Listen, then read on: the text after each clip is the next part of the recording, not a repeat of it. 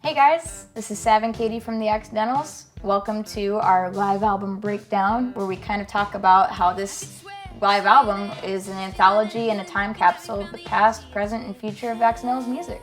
Yeah, this was a really special process for us. Creating the live album was totally different than any studio album we've ever done.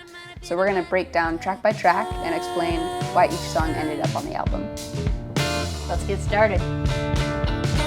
First track on the album is Sleeve.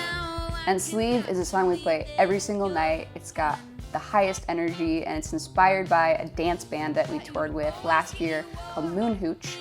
And it's just a really fun song and a great way to bring some energy to the front of the album. So Clementine is a song by Sarah Jaffe that we've been covering for almost 6 years now. And it was sent to us by a friend of ours from Interlochen who thought we would sound really good on it. It's actually produced by John Congleton, which is part of the reason why we decided to work with him on a couple of songs from our next studio album.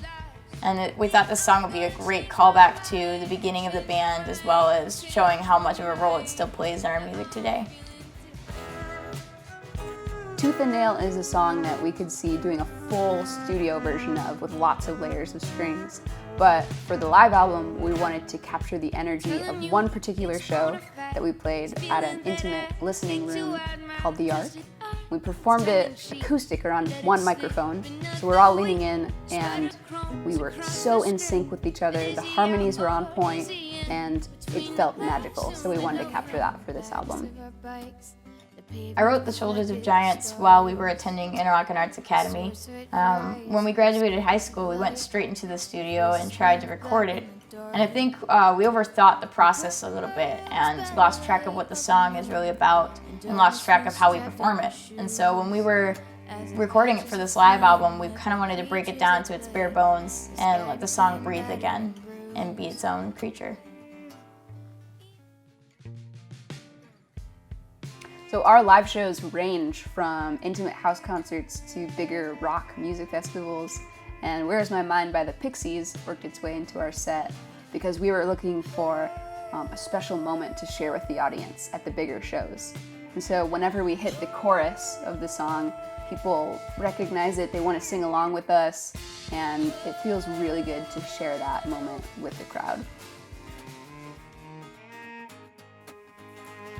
Trouble is probably one of my more honest songs because it was the first time I opened up about some of the sleep disorders that I was having. And it didn't really have a home on any of our studio records, but it does lend itself really well to collaboration, such as Rick Chime throwing spoken word on it or Turbo Street Funk throwing some horn sections down.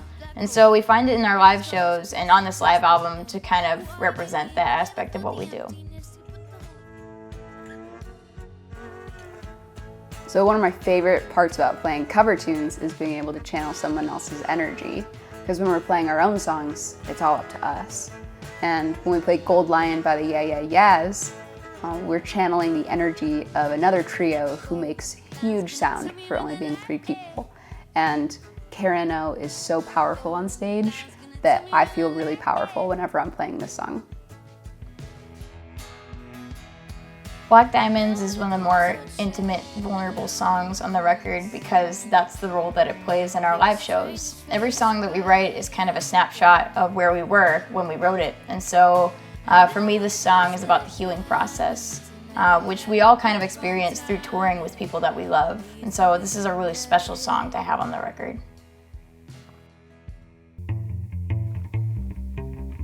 So Lady of the Lake is another song that didn't have a home until now.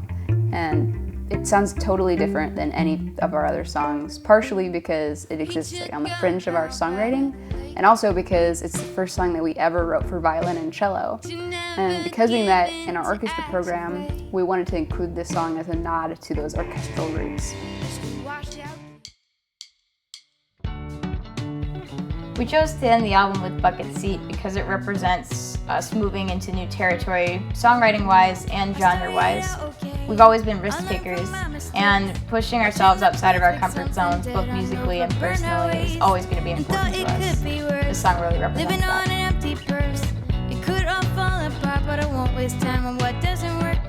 My day